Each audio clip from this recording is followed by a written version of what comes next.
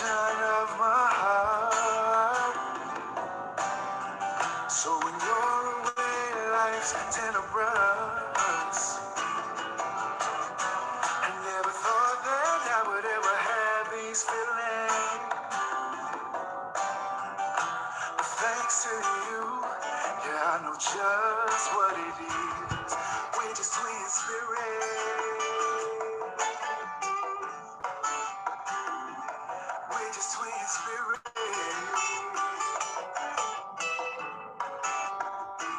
Said we're just twin spirits.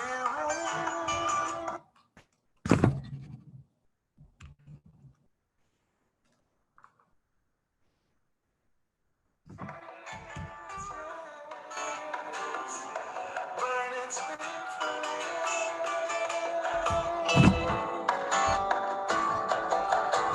I know, come on, we're floating up above the clouds.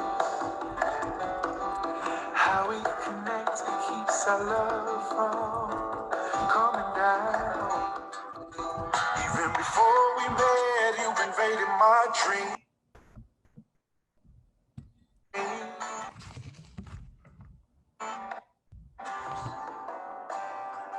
With your dark skin, but yet your body still clean.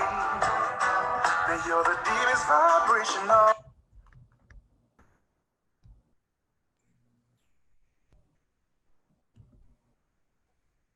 Hey, coworkers. Hey, coworkers. Good evening. Not the evening. Yes, good evening. Greetings. Hey, y'all.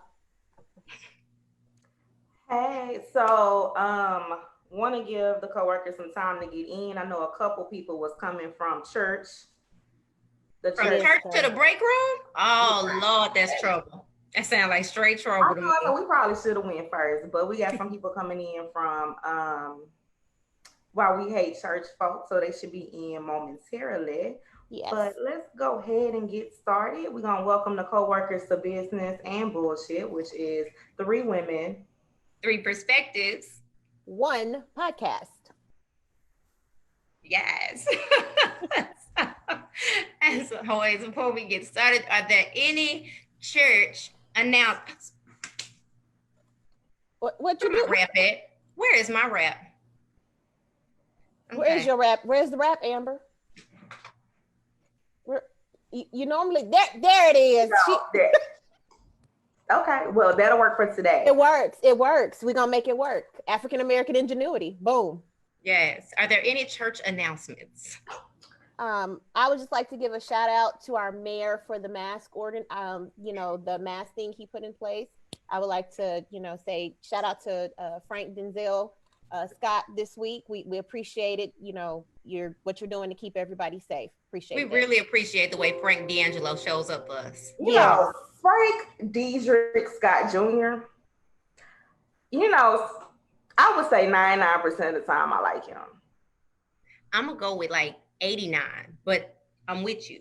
I'm saying it because of the couple things he did this past week, yes. Statue, that got his average up to me. Like that's how we got to 89. Baby, that statue situation, I was like, you know what? Now next week, Shundu. I have a church announcement. Okay. What you got? I would just like everyone to know that Tina is not the only savage. I know that Beyonce has us all knowing that Tina is a savage, but I would just like to acknowledge that Veronica, aka Vivi, is also a savage and thus raised a savage. That's all. That is all. Okay. All right. Isis, do you? Okay, so my church announcement, it's don't come for me when I make this announcement, coworkers. Okay. This is our last episode for this season. So we're going to take a break and you'll see us in the fall sometime. A well-needed break. A very well-needed break. So that's the only, the membership intake of the Black delegation has met. Kanye West is not allowed in Wakanda. Or is the Munda? Or Oakland. And he must reside wherever Ben Carson is. Him, they can go to Bonanza together. He can't come over here. He's not welcome. No Zamunda. We're just not. We're just not. So that's all of the announcements that I have. That's the announcements from the Mothers Board. Well, if that's it, before we get started on the show, let's do a little housekeeping. In the words of the late great Bob Marley, we not trying to convert or convict anyone with the topic of ethical non-monogamy. This is just a topic. We actually had this topic out there for a minute. We plan to talk about it this week, and then the Jada and August situation occurred. What's that baby last name? I call him August. I have no idea how to pronounce Call him it. August. I just say August. We just gonna call him August. Yeah. I just call him baby. He just baby, cause Jada hurt that baby. I don't know how to say it. I'm not even But going. anyway, we're not gonna have the show focus on August and Jada, but it just so happened that our show aligns with what's going on in current events.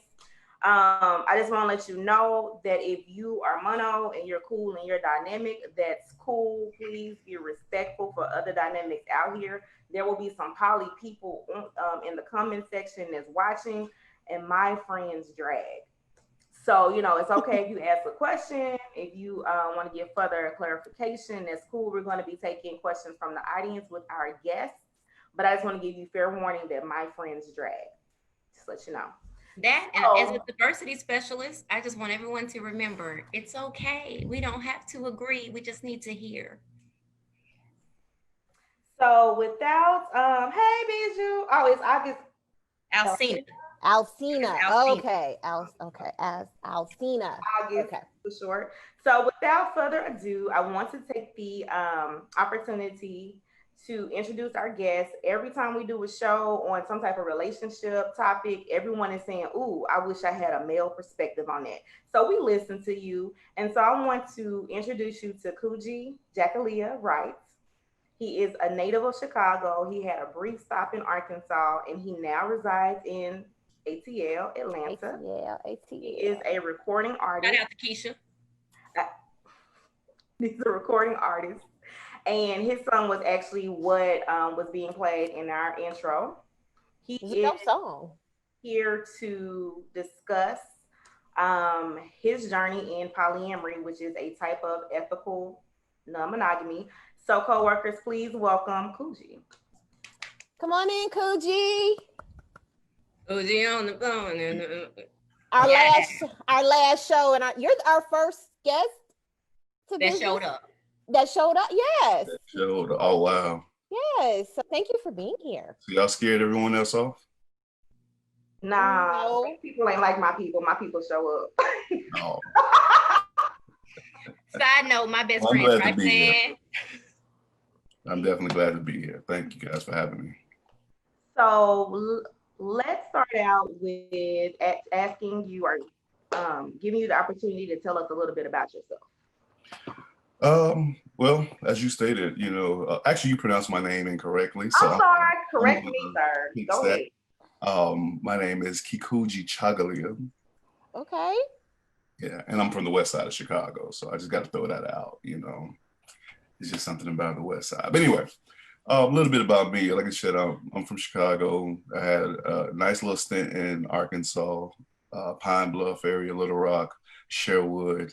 So I enjoyed my time while I was there. No plans of moving back. I ain't never actually heard nobody rap Sherwood in my whole life. Right, I was like, what? I mean, that's where I was at. So I gotta pay my dues now. It helped. Sherwood helped form who I am. So yeah, I throw that on out there. But a little bit about me. Yeah, like I said, I moved here to Atlanta in pursuit of music, and it's just been a journey ever since. As far as the ethical non-monogamy, I have been ethical non-monogamous for the last 8 to 9 years, proudly. I've always been, I always had this mindset. I've always desired to love this way, and just didn't actively pursue it until about 8 years ago. But yeah, I'm married, a father of soon to be 4 girls. Yeah, which is interesting. But yeah, I guess that's about it. I mean, oh, you did mention that I'm a recording artist, so I do music. I'm a singer-songwriter. I'm gonna say slash producer because the song that you heard, I produced that track as well, Twin Flames. So, but I don't really call myself a producer. That's not really something I just aspire to do. But hey, when you need something done, you got to do it yourself. But yeah, so that's me. Well, thank you for joining us. We always start the show off with definitions. So, what is your definition of ethical non-monogamy? My definition of ethical non-monogamy, really and truthfully, my definition is just, I think it's pretty simplistic. It's just open and honest way of not being monogamous. Because there's so many variations to what ethical non-monogamy could be, whether it be, polyamory, polygyny, swinging, open relating. It could be so many different things. So just the open and honest way of not being monogamous. So just to keep it simplistic. Okay. Amber? I think it's similar to that. I think ethical non-monogamy is an agreement to be transparent in whatever is going on, like however y'all decided that works. Even if it's the mates have decided they Mario Winans, I don't want to know. Like if that's what they have decided, you know what I'm saying, then that would be ethical as far as they are concerned. So ethical non-monogamy, whatever that agreement is, as long as it's transparent and open. Right. Isis, your definition? Pretty much what they stated. It's an open, it's an agreement. Everyone knows about everyone else. Nothing's hidden. And so, we know about it. We're on the up and up, communication, clarity, transparency, and we're good to go. And we're good with our agreement. Right.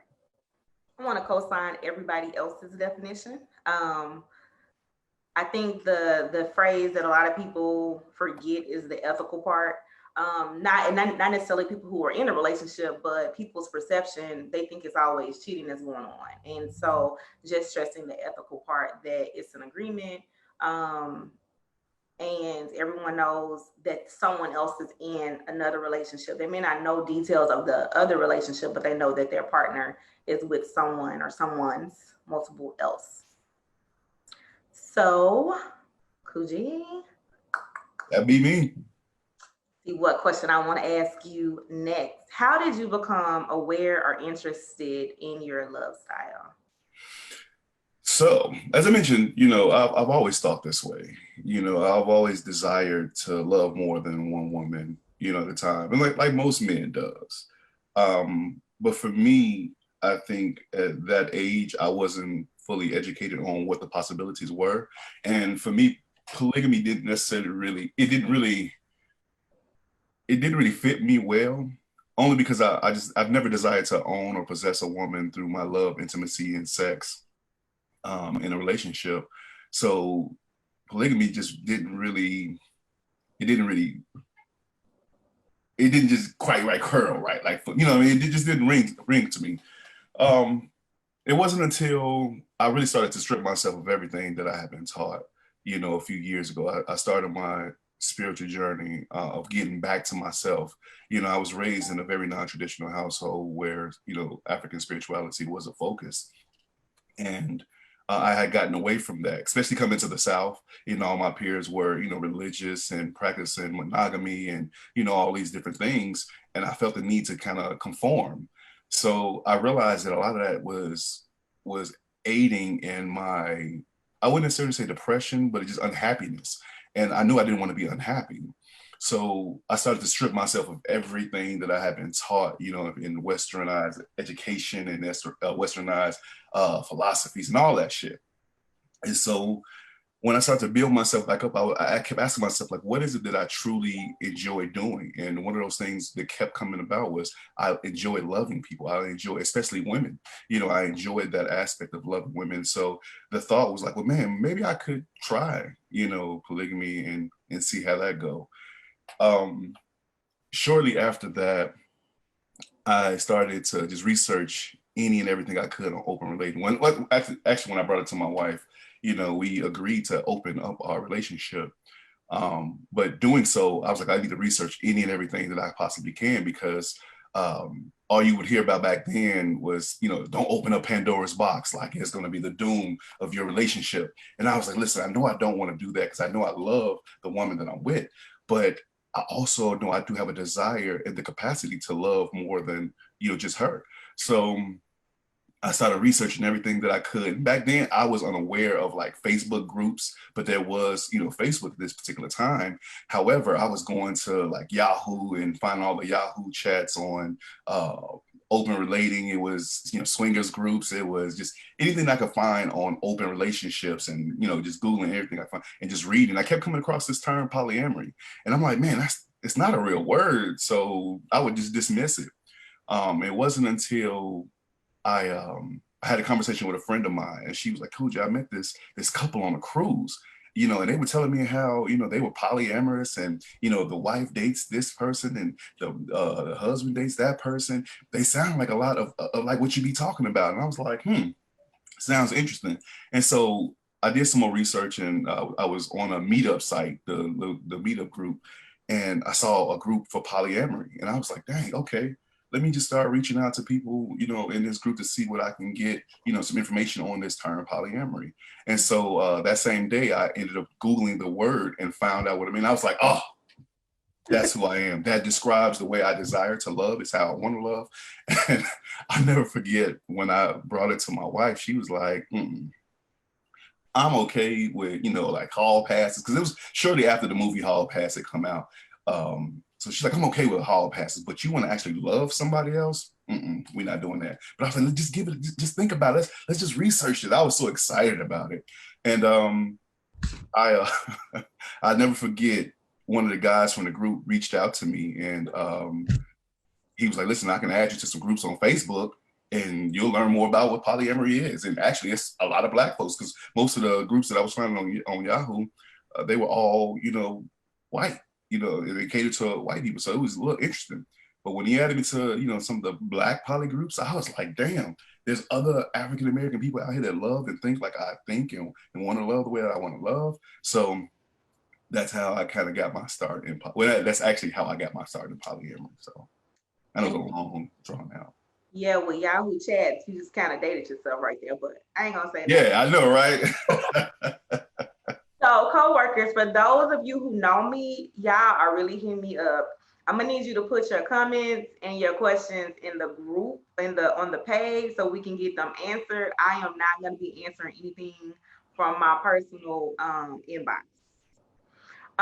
So some things I kind of want to elaborate. One, can you give the definition of polyamory? Okay, so I'll give my definition of what it means for me, because I know a lot of people that are in the polyamorous community. They kind of have their own definitions and own, you know, parameters as to what poly means to them. So for myself and my wife, polyamory is having the desire and the capacity to love more than one person in a romantic or sexual connection simultaneously, where everyone knows. Okay. So, Isa, did you have a question before I go on to my next one? Not right now. Okay. Thank you. You were writing down some. Oh yeah, don't come with it. What type of growth or awareness moments have you experienced in your dynamic? Oh man, the awareness moments. First of all, I tell people all the time, polyamory will challenge you, you know, personally, mentally, emotionally, you know, and sometimes physically. And for me, those awareness moments were self, you know, just recognizing how toxic I was, you know, as a man at that point in time, in trying to have a relationship with a woman. You know, because of our conditioning, we are taught, you know, misogyny in relationships, that the man is the head, the man is the woman follows us and does what we want, and only we can have that freedom. And so those was one of the biggest things that I became aware of, you know, in polyamory. And I will say that polyamory is more of a feminine aspect of relating, which I love, because it really helped me to understand that divine femininity. So which is another thing. The greatest aspect of that aha or awareness was communication piece. you know, it really and truthfully forced my wife and I to communicate in a different way than we had ever done so before. You know, it caused us to, well, um, it inspired us to speak with more honesty and transparency, you know, because certain terms are thrown around in the poly community a lot, and you kind of pick up those things. And transparency was just one of those things. Communication was one of those things. Even though communication is a big part of monogamous relationships, in the poly community, it's like imperative that you communicate and are transparent. And so for my wife and I, we just adopted the aspect of being brutally honest with one another. And it taught me to really acknowledge my own voice. And it also taught me to listen and acknowledge her voice as well, you know, and to be able to receive that from her when she's speaking, as well as being able to speak my truth. So yeah, I think that was probably the greatest thing, because that helped my wife and I become closer, you know, than what we were before. And we were always great friends. Like we've always had a great friendship from the start, but that communication and transparency aspect of being brutally honest really just kind of skyrocketed our connection, you know. So yeah. And it's interesting you say that, because your wife, when she tells the story, because I was kind of around a little bit when y'all met, and when she tells the story of how y'all met, she always says y'all started out as friends. Everybody thought that y'all dated at first. And I mean, I wasn't checking for y'all, so I don't know. I just looked up one day and y'all were a couple, and I was like, okay, they cute. And then you got the Coleman love thing going on, so I was like, yes. So the fact that the fact that you had a foundation to be able to bring this to her, it sounds like y'all had multiple conversations. To get to that point. It wasn't just like my way or the highway type deal. Yeah, we like she said, we really started out as friends. Actually, it's funny because my wife told me the very first week that we met that I was gonna be her husband. Okay. And I was like, nah, you got me fucked up. That's not gonna happen. Those were my words. I'm being honest. Those were my words. She's like, okay, we're seeing, and here we are. But we started out really as just friends, you know, and just enjoying each other's, you know, time. We had a great time. We had a lot in common, you know, and we talked a lot then, but we didn't talk a lot about things that really mattered, in a sense that will either divide our journey or combine our journey, you know, until after we, you know, pretty much solidified our relationship, you know. But yeah, we talked about open relating, and then we discovered polyamory. We talked about it till I was blue in the face, and she hated hearing it. Like I but remember it wasn't something you just sprung on her after getting married. Like, you know, I think I want to try this, because that's we kind of spoke about it. We spoke about it before actually getting married, you know, and it wasn't until after we got married that we were like, okay, let's do it. And actually, honestly, it was more, I think, on her part, like, all right, because you started talking about it. Let's just see what this is. You know, we'll try it out and see. okay. You know, and because I did all that research, I was like, man, I was able to discover that this is just who I am. You know, that describes how I love. You know, which is again why she was like, oh no, you know, polyamory, love another woman, but outside of me, nah, we're not doing that. So she was completely against it, you know, and I'll be honest, it really kind of shook our foundation of friendship. It shook our foundation of relationship. Even though we had just gotten married, you know, we were like, damn, you know, do I even know the person I got, you know, I just married, you know what I mean? So we really had, we talked about it. And, you know, one thing that I'm glad that I did was find as many books and articles on polyamory as I could. You know, now we used to try to get her to read with me, and she would be like, no, you can just tell me about whatever it is that you read. And me being educated on what polyamory was allowed me to be able to communicate that with her, you know, and I'm glad that she was able to listen to me, to hear how I felt. She felt the passion and desire, and she, you know, excuse me, she realized that that's just who I am. And I had to explain to her, like, listen, you know, when you met me, was I not still the same person? You know, was I not still operating in the same capacity? You know, when I met her, I was dealing with, you know, my oldest daughter's mom. I was dealing with other women, you know, but I explained to her, like, listen, this is what I have going on. You know, which is why we weren't in a relationship. You know, we were just friends. And she was like, you know, that's cool, because, you know, she was talking to somebody at the time as well. So it was like, let's just have a good time and enjoy us. So we both were kind of young, so we did. But we had countless of conversations about it, you know, to where it almost turned into arguments. Like, I'm tired of speaking to you about this, Coogee. And I'm like, I just got to keep bringing it to you because this is what I want. This is what I see, you know. So it wasn't necessarily my way or the highway. And she'll tell you that I was always like, hey, you know, I want you to be able to enjoy this as well. Like, you know, I want you to be able to, you know, find love and experience it also. Like, I want you to journey with me. And those was my exact words to her all the time. I want you to be able to experience this journey with me, you know, not just for me to find pleasure, you know, but just for us to be able to, you know, live and explore. You know, we don't know what the future may bring. So let's just live.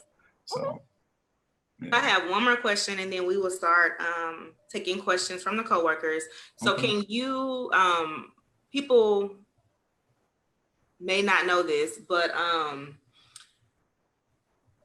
they feel as though when they get a title that everybody's relationship is structured the same way, right? So you're polyamorous, and people that identify as polyam have different structured, different dynamics. So can you describe how your polycule? A polycule is a grouping of poly people, for those who don't know that term, how your polycule is structured. So for us, we operate in a kitchen table poly. Both my wife and I, we are heterosexual, so we don't date together. And what kitchen table poly means is we just all, myself, my wife, her partners, my partners, we can all sit together at a table and have dinner or have breakfast or have lunch, or we all can hang out together in a non-romantic way. So for us, like I said, it's just, we look at it more as family in a sense. You know, everyone that we are, you know, partnered with, we try to create that family atmosphere, but also allow that autonomy for, you know, our outside relationship. And I only say outside in reference to being outside of her and I, not meaning like that's just a side piece or anything like that, because we do honor and respect those relationships. So it's more of a family dynamic for us in the kitchen table poly structure.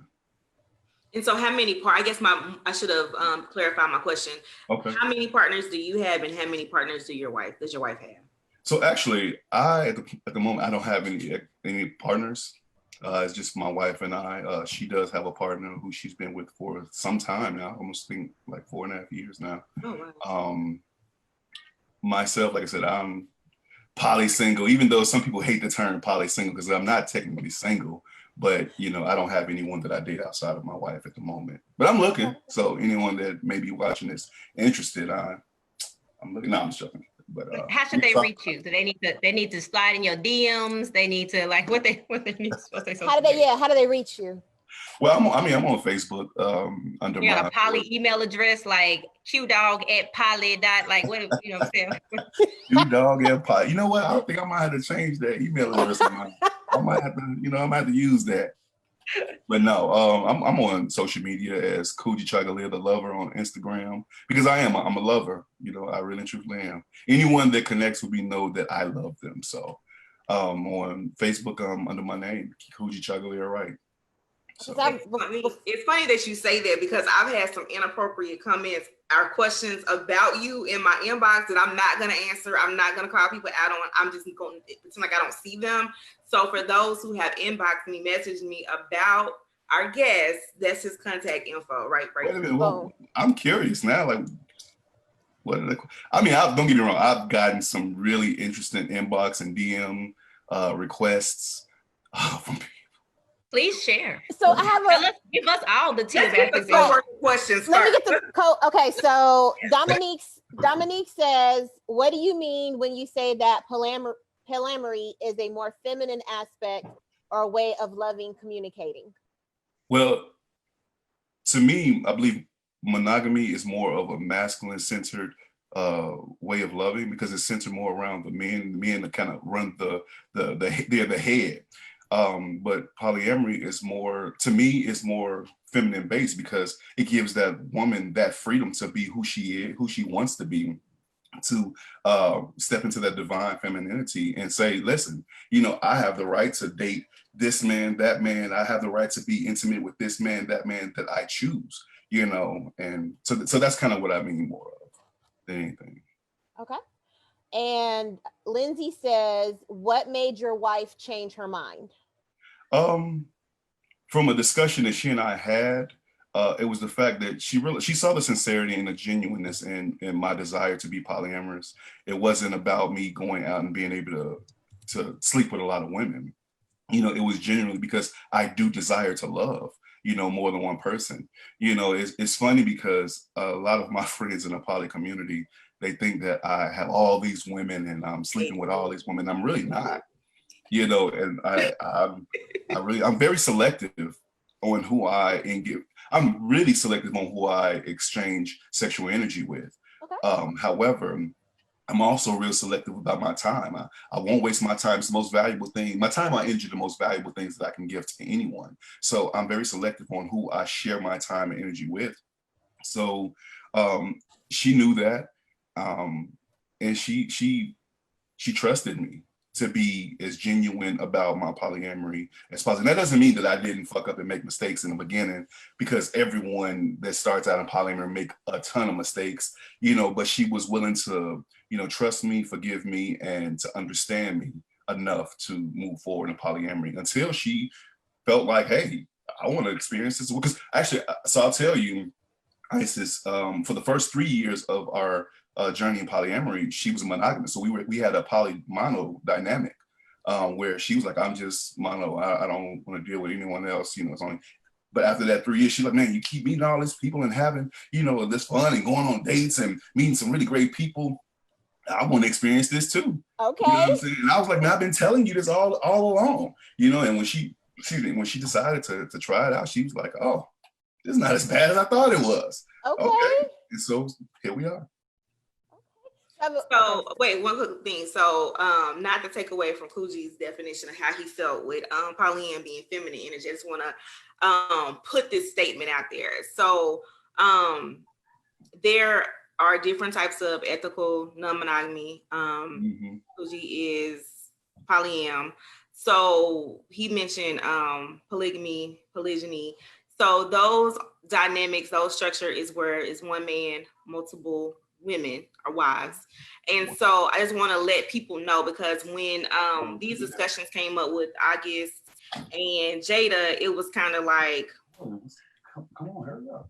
People don't have the option to be in the dynamic that they want.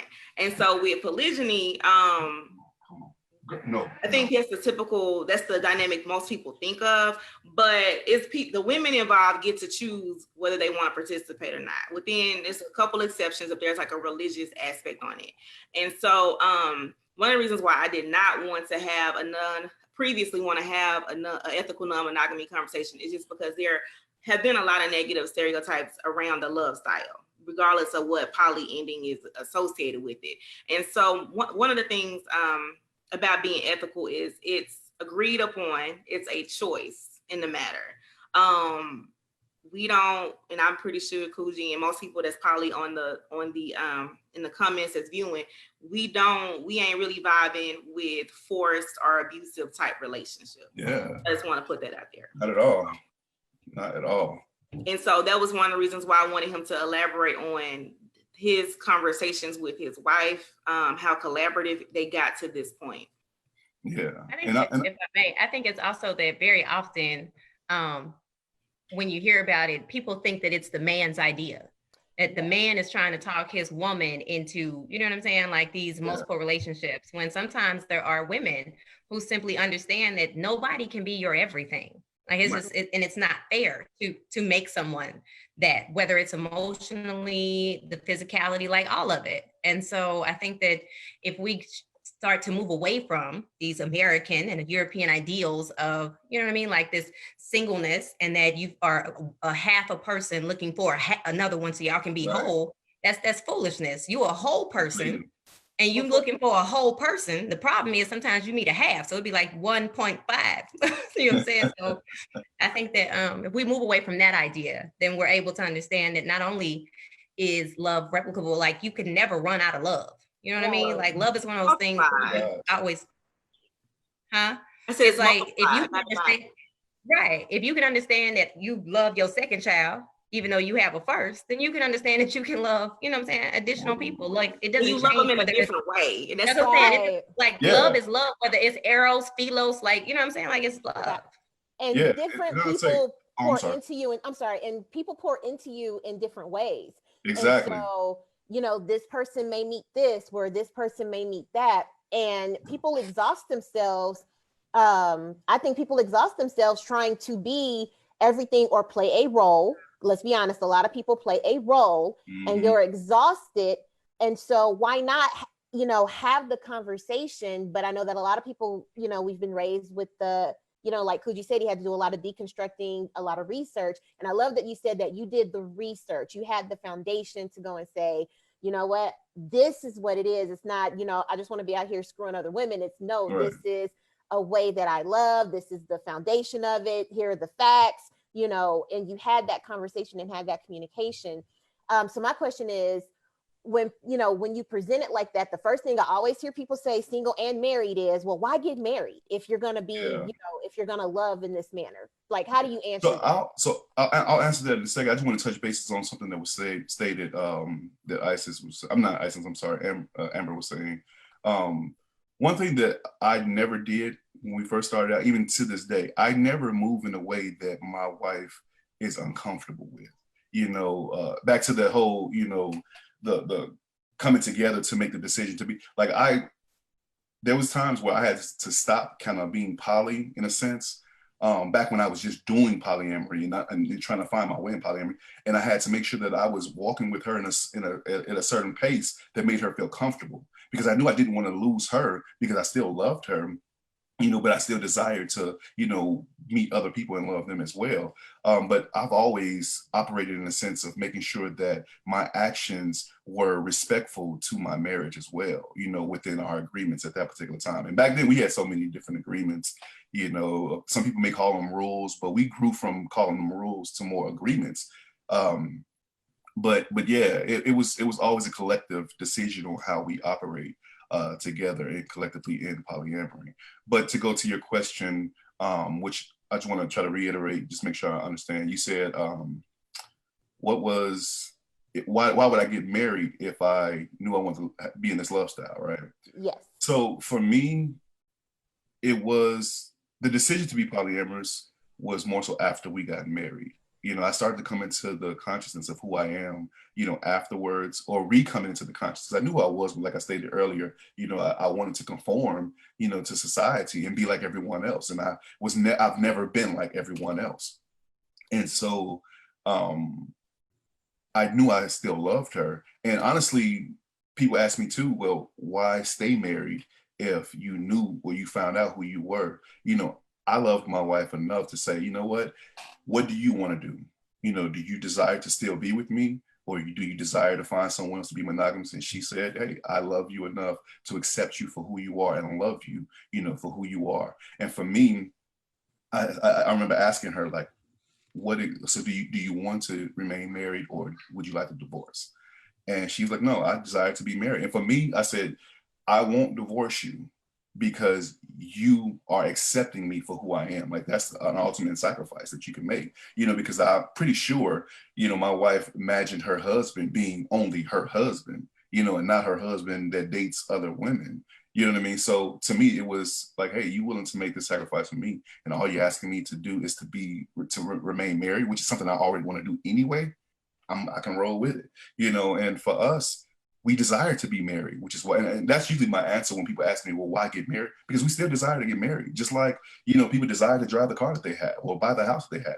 You have desires that you want in life. And if you are courageous enough to achieve those or obtain those goals and desires, then you do that. And marriage is one of those things that we desire to have with each other. So we continue to build our marriage to be better and better at it as we go on.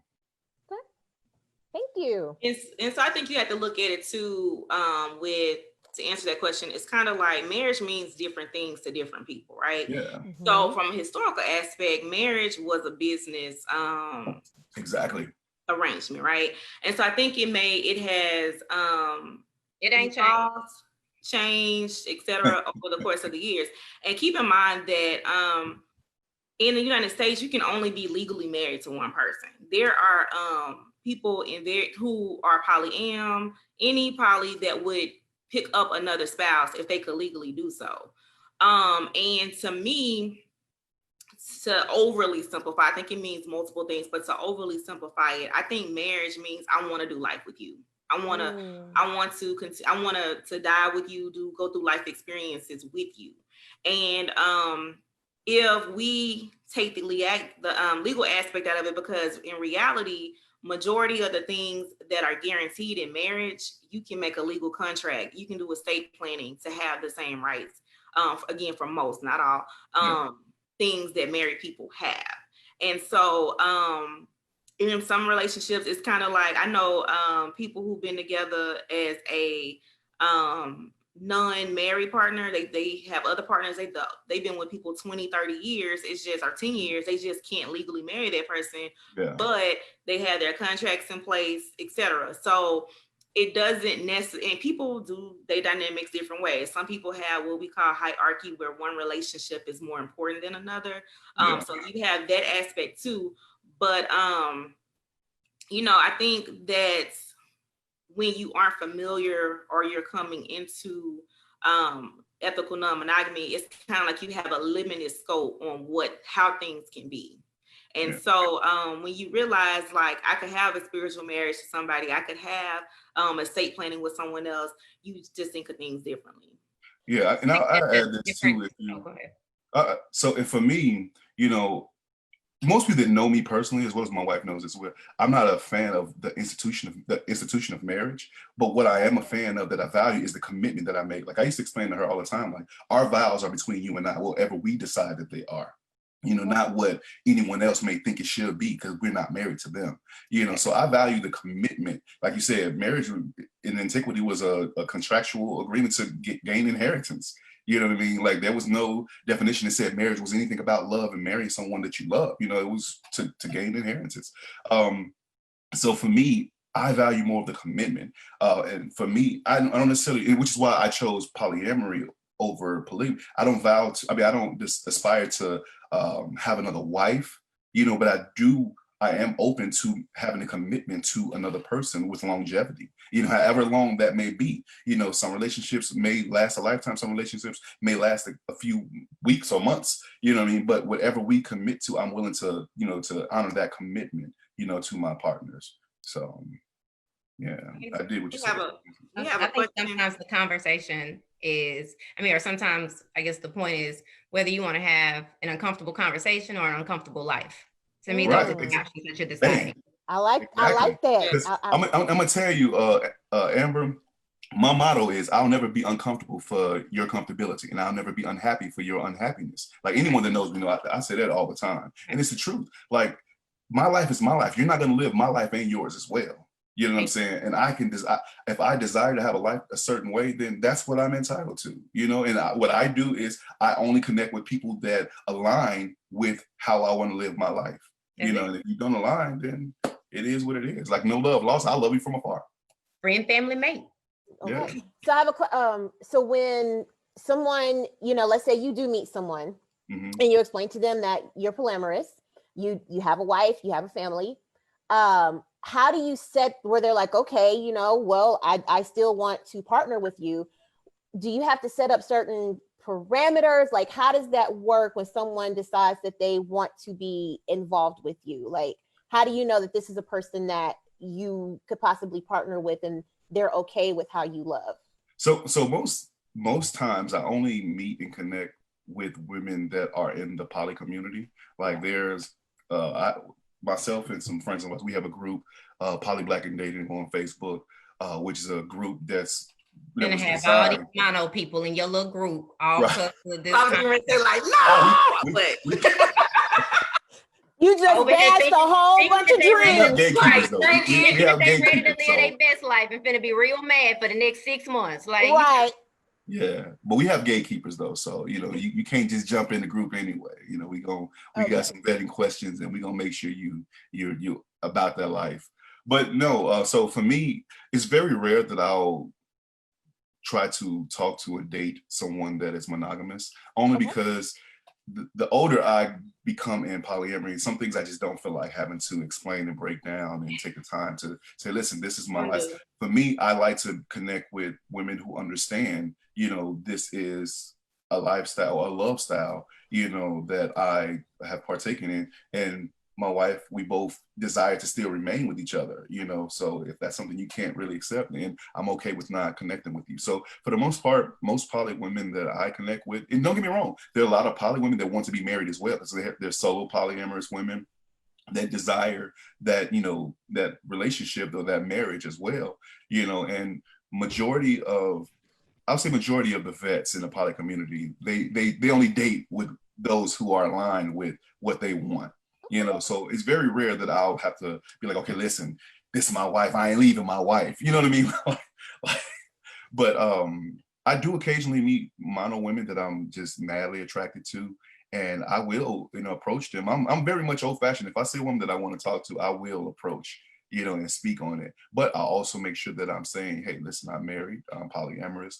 This is what I have going on. And if that's the case, then I'll break down what polyamory means. If they don't understand it, I'll let them know what our dynamic is. For the most part, you know, in my marriage, we allow our potential relationships as well as our established relationships their own autonomy. So we create space and time for, you know, to be with our partners, and we're very understanding. One thing I could say, you know, my wife is fully supportive of anyone that I've dated, just like I'm very supportive of anyone that she's dated, you know, and dates. So we try to make sure that we allow that space of respect for our partnerships with other people. But yeah. Okay. No, I mean, I respect it because the thing that I respect the most is, like we said, you know, the term here is ethical. Yeah. And the one thing I always ask of anybody is, don't take my choice away. And Exactly. when you start taking choices away, you know, that's when you end up with episodes on Snapped and windows busted out of cars and different things like that. So I think you know, as long as you'll be surprised at how open people can be. And I tell people that all the time. Man. As long as you don't take people's choice away, exactly, you would be surprised at how many people are open to certain things, just as long as you're upfront and honest, you know, from the get-go. But when you start taking people's choices away, that's when it gets ugly. You know Okay. what? I'll tell you though too, what's surprising is most women are more accepting of polyamory than men are. And you would think that men would be all for it. Like, oh, I can They don't want to share their partner. They don't want to share. They don't. Yeah. Most, and we have a term for that in polyamory. We call it OPP. Ah. So, that one penis policy. You know, because a lot of guys come in there wanting to fulfill their, you know, threesome fantasies. And, you know, I'm not saying all, but a lot of guys do come in there and thinking that's what it's going to be. And they might be with it, or girlfriend be with it. And they be like, oh, okay. Until she meet that one guy and be like, damn, you know, I'm rethinking this one penis policy thing. You know, I might, but it's so funny. Like, I meet so many women, you know, that come into the community that are open and want to, you know, experience this love style, you know, and their male partners are like, yeah, we're not doing that. They're not as open as people with the assumptions. They're not as open. They don't realize the work. It's not just sexual. Like, this is work. Yeah, and speaking about work, people think that polyamory is easy because you get to be with multiple people. No, it's even more difficult because now you have multiple energies, multiple personalities, multiple, you know, physical beings that you have to understand. And not to mention, we're always growing. You know, we grow every day, week, month, and year. You know what I'm saying? So you got to continuously grow and meet this new person, you know, and then meet this new person in the existing person that you already have. Like, it can be crazy as hell. So it's a lot of self-work and collective work that has to be done to be polyamorous, or to be ethical non-monogamous. You know what I mean? Okay, so I can imagine. Okay. Dominique says, what kinds of reasons did your other former partners leave? I hope I read that right. Well, the reasons that my former partners leave, meaning why do we transition out of a relationship? At least that's what I'm assuming that they're saying. That's what I'm assuming too. Dominique, if that's not, clarify that if that's not, you know, what you're asking, but what kinds of reasons did your other former partners leave? I mean, I've had quite a few partners in my journey of polyamory. So there are several reasons why, and I wouldn't say that they left. I would say we probably just transitioned into more of a friendship. Because my thing is, sometimes you get to know people and you realize you don't really like them, you know, and you're like, man, this ain't really what I thought it was, you know, so you transition to being friends, or you just transition to not being, you know, connected to that individual. you know. And for me, I love without attachment. So for me, what that means is that my love doesn't require you to love me the same way, or my love doesn't require you to love me at all. My love doesn't require you to be with me. You know, I can love you from afar, you know. And my thing is, once I start to see things kind of start to transition into something different, then I respectfully try to, well, first I try to have a conversation to see if there's anything we can do to, you know, fix the connection. And if not, then I try to do my part into allowing that to transition into whatever it's supposed to be. But there's been issues. I remember in the past, you know, a relationship of mine ended because my wife wasn't really accepting of poly at that particular time. You know, I've had issues where, you know, we didn't know who each other were, and we were like, okay, this ain't something we really want to do. I've had instances where I just had to leave the person because this ain't something that works for me. So there's a bunch of different reasons why, you know, a relationship that I've been in would transition, you know, into something different. Yeah, my last relationship, I think that was more so because of COVID-19 hit, and you know, we were in a long distance relationship, and it was, the communication died down, and in LDRs, communication is paramount. And when the communication starts to die down, you know, the energy starts to sizzle and fizzle away. So, yeah. LDR is long distance relationship. Yeah. Well, I say long distance relationship Yeah. at first, Make it show. but Because I don't need nobody. So the next coworker from RL Wesley Jr., have you ever experienced jealousy in such a relationship? I think that's a really good question. Yeah. so, you know, I'll tell you, back in the day, I used to think that I wasn't a jealous person, right? I didn't operate in jealousy. Like, it was never an issue for me, you know, for my wife to be with another person. But as I started to grow, jealousy shows up in many different ways, but it's about how we handle and how we respond to jealousy. And for me, I had to acknowledge and process, you know, what it was. And I realized that I just processed jealousy different than a lot of people have, you know. And so for me, um, I've experienced jealousy in a sense of, you know, hey, you know, you're not really showing me much attention. You're not really, you know, we're not really communicating. What can we do to, you know, revamp this whole, you know, connection between you and I? You know, and one thing I'll say to Wesley, in polyamory, there's a term called veto, where that means a partner has the power to end a relationship. So we don't have that option in our, you know, in our polyamory. So it wasn't a factor of, oh, you can't talk to that person anymore. It was like, okay, what do we do to rebuild our situation, you know, adjacent to that connection that you already have. But yeah, but jealousy for me, it doesn't show up like, oh man, she with this other man, or what, you know, or she's sleeping with another man. Like, I can care less about that. And not that I didn't care about her, but that didn't affect me. You know, it wasn't an issue because, one, she's not my possession. She's not, you know, I don't have ownership over her. So I didn't experience jealousy over that, but it would be like, dang, you know, I ain't spent time with you. And it very well might not be her spending more time with another guy. It's just that we just didn't spend time. So when I would see her out on a date, you know, it's like, well, dang, you know, then that's when my jealousy would kind of come up. And I'm like, hey, what can we do about this? You know what I'm saying? I'm feeling this way. Maybe we need to spend a little bit more time together. So, which is where that effective communication came into play. If that answers your question, Wesley. So I think yes. I think people do not understand the amount of self work that it takes to be in an ethical non-monogamy monogamous Yeah. relationship.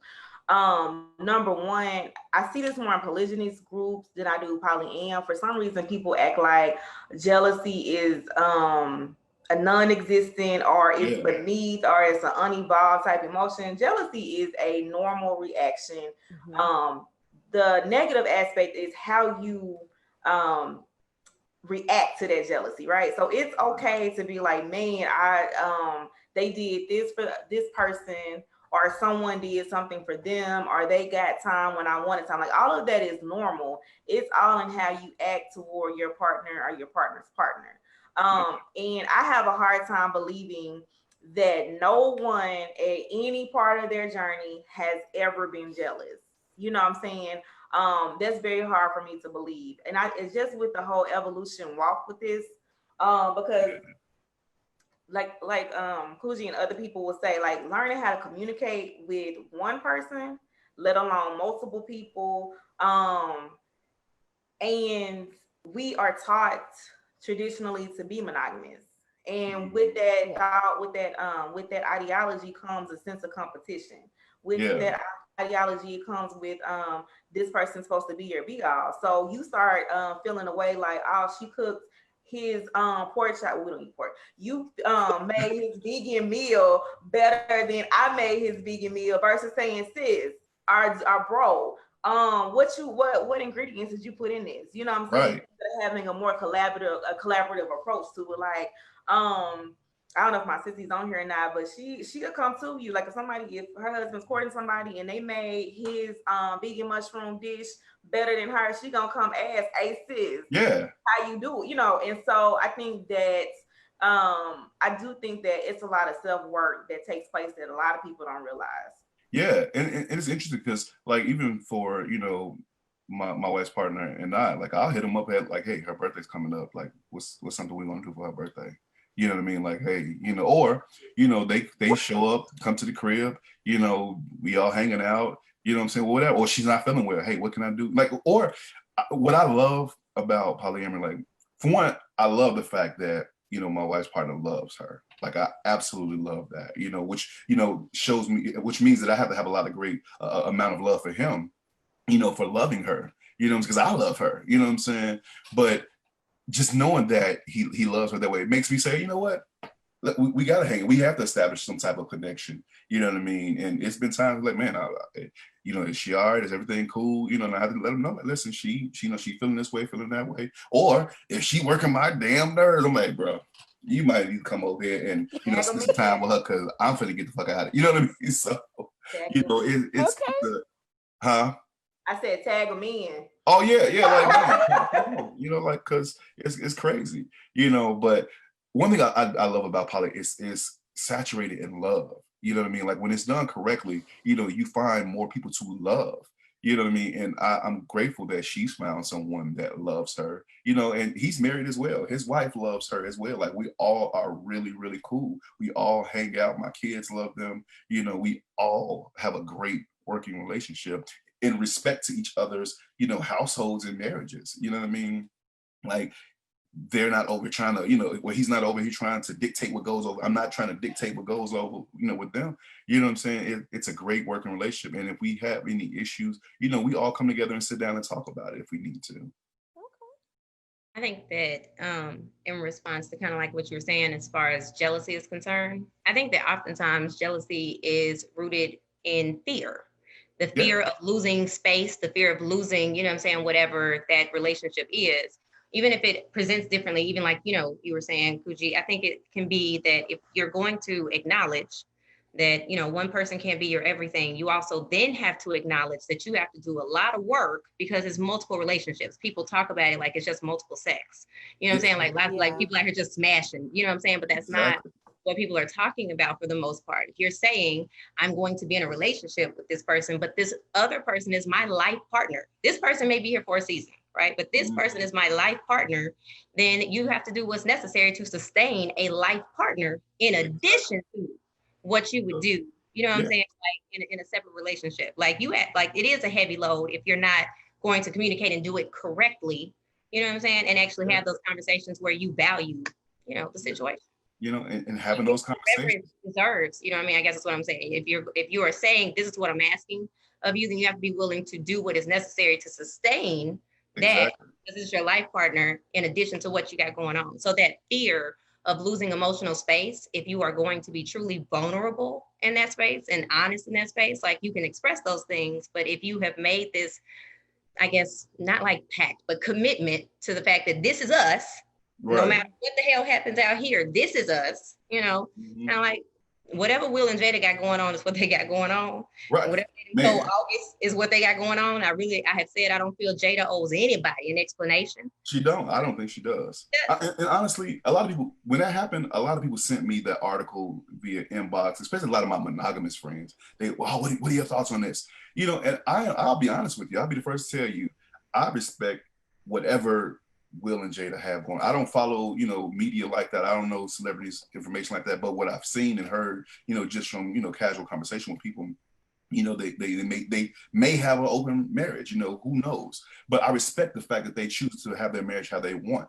But if they choose to bring a partner in, you know, for either of them or for both, whatever, you know, they choose to do, what I was upset about is the fact that I'm pretty sure if they're private about their connection, you know what I'm saying, then you've already broken the breach in their trust.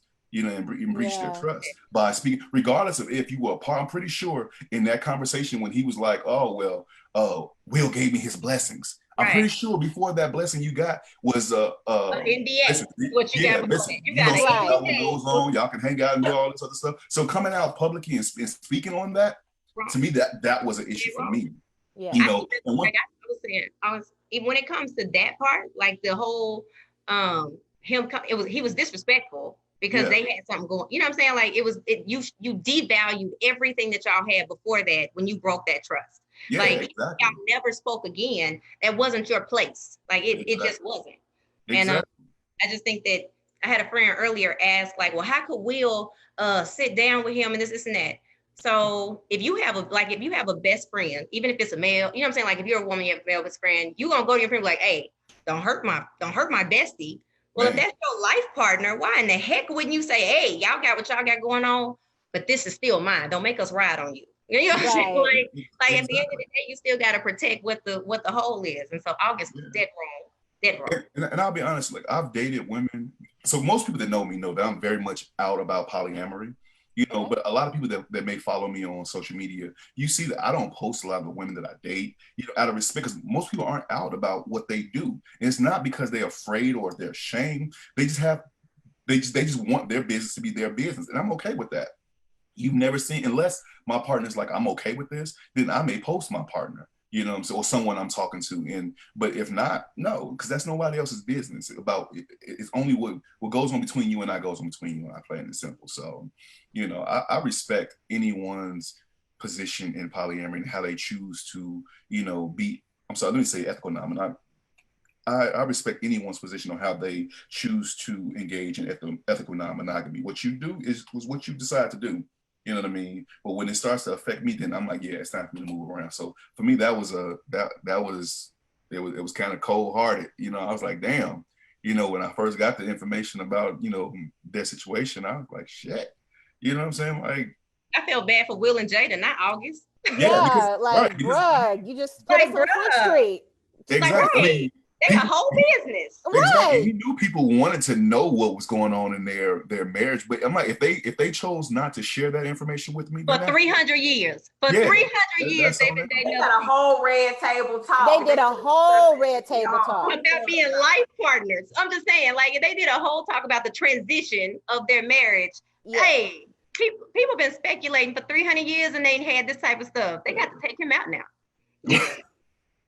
You know, but also I would say this though. I understand, you know, when people are hurt people hurt people. You know what I'm saying? It's so I get it.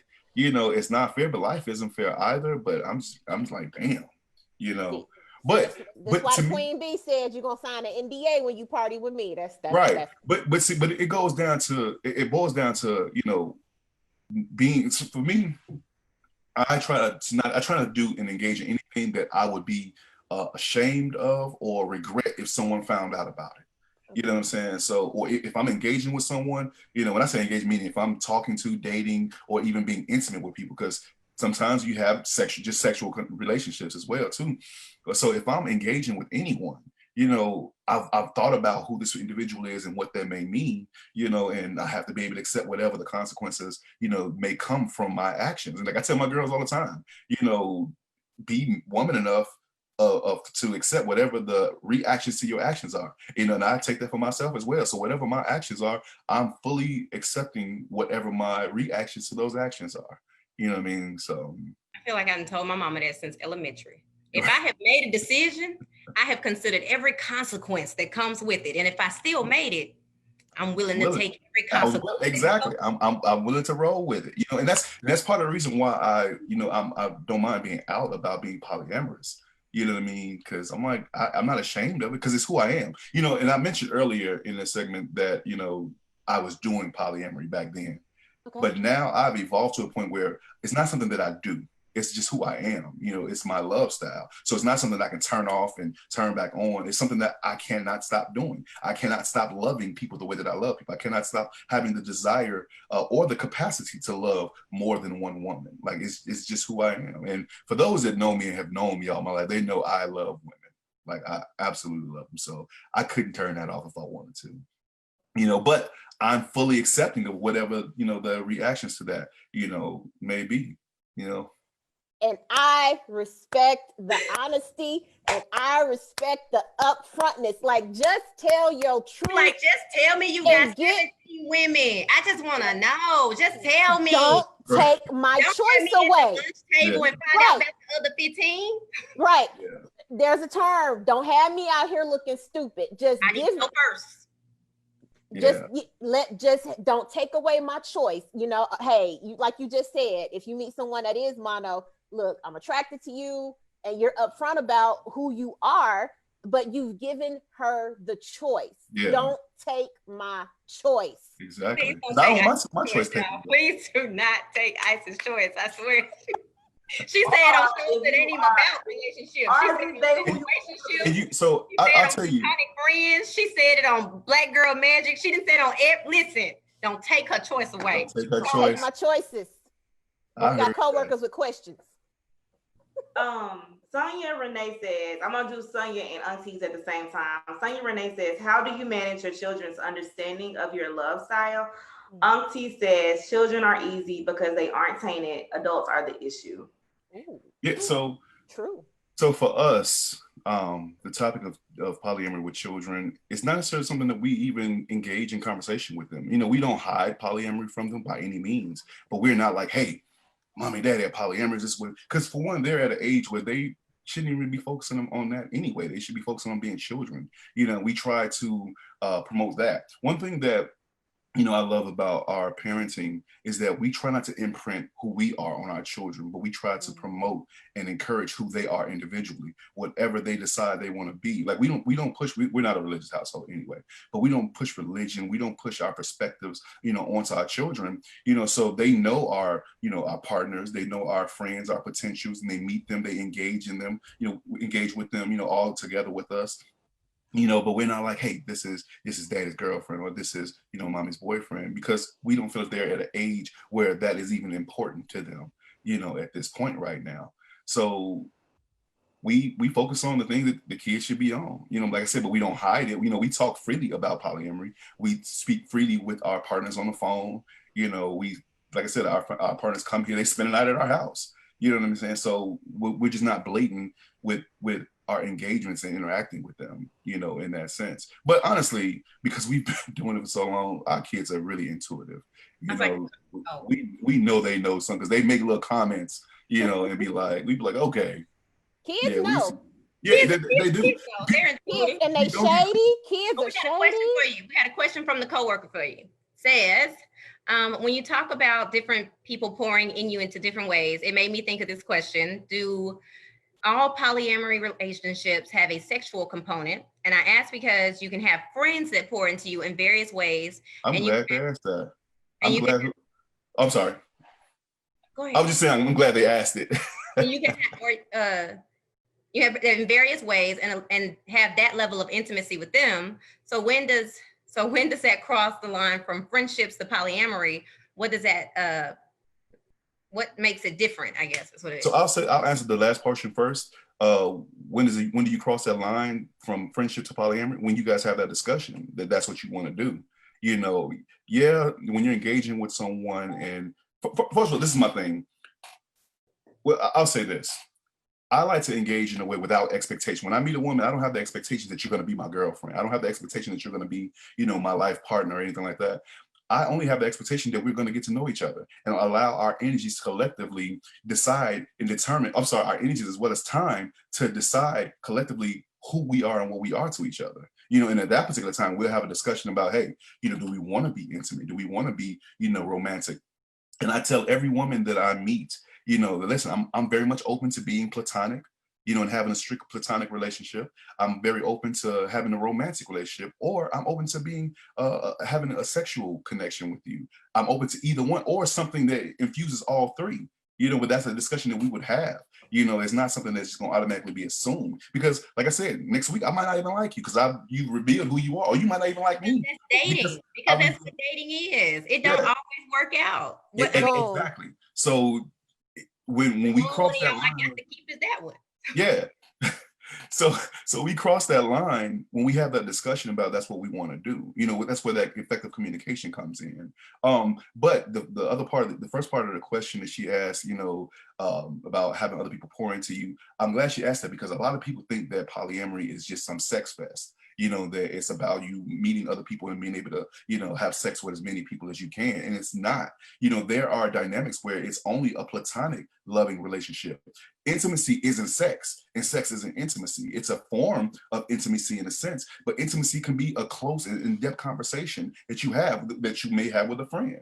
You know what I'm saying? So you can very well have a non-sexual poly relationship with someone. I've had quite a few of those in my journey, and I love and respect them just as much as I love and respect my marriage, just as much as I love and respect my friendships.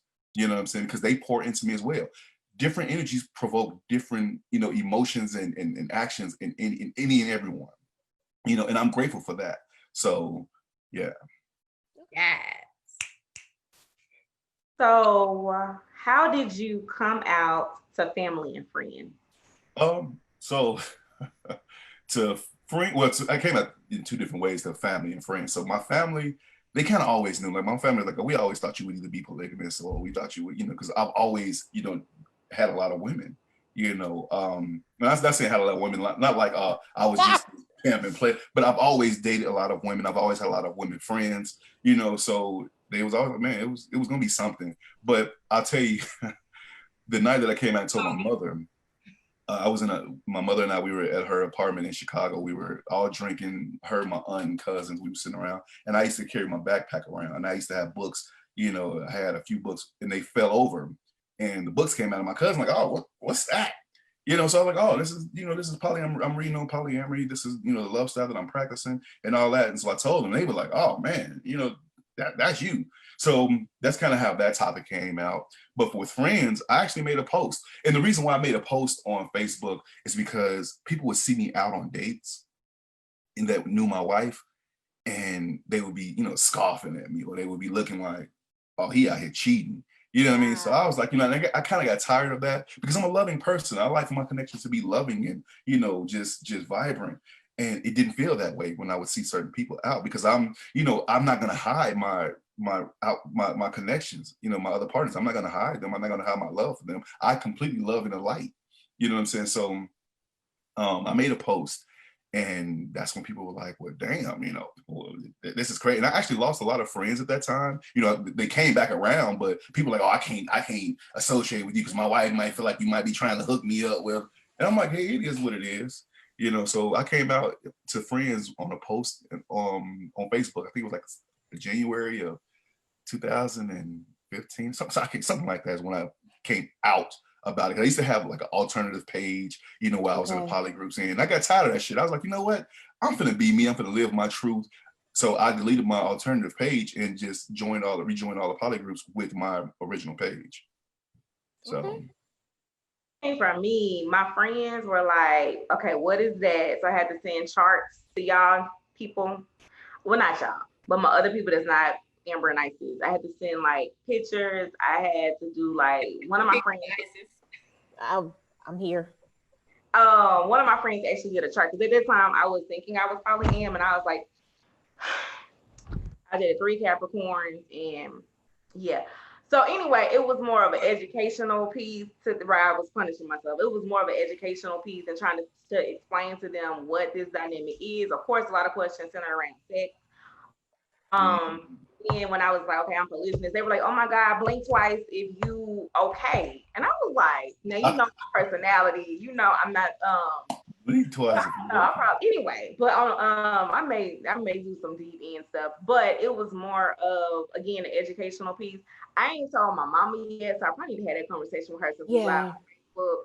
But outside of my mama, my dad's gone. I didn't really decide to be open until after my dad passed, because life is too short. It is way too short. Life too short to be unhappy, depressed, frustrated, undersatisfied, under everything. It's too short. 2020, the asteroid might come. We don't know. So it's certain conversations that Kanye could be president. You don't know what. We don't know what's gonna happen. Like, you got to live your life. It's 2020. Eagles picking up sharks out of oceans. We don't know. And already sent the dust from the Sahara. We just need to everybody just sit down. Just sit down and be happy. Live your truths. Yeah, and it's conversations you have to have, because most of the time that I date or interact with someone, they have a wife. So if I were to bring somebody home with a whole wedding band, that's a conversation. First of all, my family don't really even get to meet people. So if I do bring somebody home with a whole wedding band, it's kind of like, okay, those discussions need to be had before coming to the cookout, before coming to the family reunion. Right. You don't want to spring that on him or them. You say what? You don't want to spring that on him or them. Yeah, right. And then too, I would want his wife to come too. Polygyny is very community based, family based. So it's kind of like bringing the wife, bringing the kiddo. So I think that it went better than I thought. I think only one person I kind of hinted at it to, and actually two people I hinted at it to, and it wasn't a warm and fuzzy. So I just ain't, when they probably on here now, but I just didn't really go into detail, because my thing is, if you're in my inner circle, like, you're gonna love me unless I'm doing some harming people or just doing some real crazy things, you're gonna love me for whatever decision I have to make, whether you agree with it or not. Yeah. And the people like, that are in, and y'all, let me clarify for the record, I am in a monogamous relationship. Well, you sound real poly. I don't want to be confused. Don't be all in my inbox after this. So let me clarify what's happening in life. I am a human, and thus I've had ideas about Western civilization for a long time. Boy, my husband used to just be like, "How many times you gonna ask for this sister wife forever?" But anyway, so I also was just gonna say something that a coworker was saying. Monogamous poly. Oh, that the people that have all the commentary about polyamorous relationships, that are married in open relationships and either don't know it or which is, ain't healthy for anyone. But it's just a lot of people have these ideas, and I think it's just based on what society tells you're supposed to be doing, I guess. Right. And I'll say this, man, I'm a firm believer in polyamory. But I'm also a firm believer in love. There's nothing wrong with polyamory, polygamy, monogamy. Like, whatever you choose your path in love is, do that, because it's your life. You know what I'm saying? It's your happiness. Like I said, I'll never be unhappy for anyone else's unhappiness, and I'll never be uncomfortable for someone else's uncomfortability. You know what I'm saying? Like, if somebody said to me, "Don't yuck my yum," you know what I'm saying? If I love this and it's good to me, don't tell me it's nasty to you, because that's you. I don't care about that. I'm gonna continue eating it. Y'all know y'all can't tell me nothing, right? Y'all can't tell me nothing. So you just made Amber's night. Facilitate conversations, and one of the rules in my workshops is don't yuck my yum. Don't yuck my yum. When you said that, I was like, oh, we ain't gonna be able to tell her nothing else. You know what? You just made her night. She needed that. Thank you. Hey, great minds think alike, even though great minds don't think alike, but that's because I'm a diversity specialist and I've already marketed that. So I know that this is a phenomenal, amazing conversation. There's some more questions that I have, but it's 9:20, co-workers. We have gone, it's 9:18. We have gone 18 minutes over our normal show time. We want to thank everybody for coming out. Isis, would you like to tell people where to follow us to get past episodes? Yes, absolutely. So as Dree stated earlier, this is our last show until season 2. But if you miss us and you love us, you need to catch us on Apple. We are on Apple Podcasts. We are on Google Podcasts, Spotify. If you go to our page, we have the links up. So follow us on Facebook, Instagram, Twitter, and stay with us. And we're going to miss y'all, but listen to us while we're gone. We just leaving y'all. We still finna keep talking. Yeah, we're gonna keep talking. Conversations without y'all. Yeah. We just leaving y'all. We trying to give y'all a break. Oh, and if you still have questions, still go ahead and submit your questions. We'll try to get them answered and post. We'll post a video to either our Facebook or Instagram page. But if you still have questions in regards to ethical non-monogamy, go ahead and keep dropping them in the comment section, and we'll get to them. We promise. And I just want to read this from the coworker that said, "Thank you. This has been so enlightening. Yes, come through with the love and light." Now, Yes. listen, I learned tonight. Like, this is dope. I learned that I sound real poly, and I have got to work on framing that better for y'all. That's your truth, sis. Hey, next year you might be on here like, hey, y'all, I changed my mind. Y'all Your may- evolution may get you there. It really will. Just like I tell people that come into the poly community, like never come in with an open mind. You know what I'm saying? We good. We good over here. We good over here.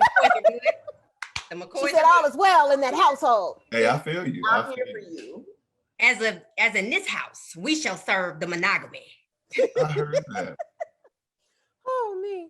And so, Wow. where can they get their music one last time? One more again? So you can Yes. find Twin Flames on all music platforms, Spotify, iTunes, Google Play, all of that. YouTube. The official video is on YouTube. If you haven't seen it, please go and view it. It's very His simple. shirt is off on the video, ladies. The ones who were inboxing me, if you want to see Coogie's shirt and his brand, there you go. There you go. Just drop that nugget on you right there. I mean, I could have took it off in this. No, I'm just joking.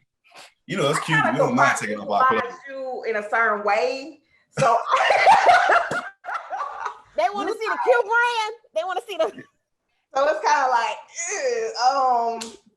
Nah, It's you know, like, cute. no. We don't have no problem taking off our clothes. No, y'all Get that don't. thing, the neck rolling. You know. Y'all don't hire strippers, y'all. Just get a Q. Just get a Q. Just You ain't Hey, even got to play. You ain't even that's, got that right there. In Pine Bluff, there's some stripper stories from Pine Bluff now. that's gonna be a different show. So thank you all co-workers for tuning in. Like Isis said, if you have more questions, we'll try to make sure we get those answers for you. And thank you, and we will see you season 2. Oh, I didn't let them know where you can see me at. I'm on Instagram at Coogee the Lucky Coogee. Oh, you told everybody. They wrote it down. They wrote it down. Okay, good. We'll also post your information as well for those who didn't have a pen. Well, cool. I'm with it. Thank y'all for having me, by the way.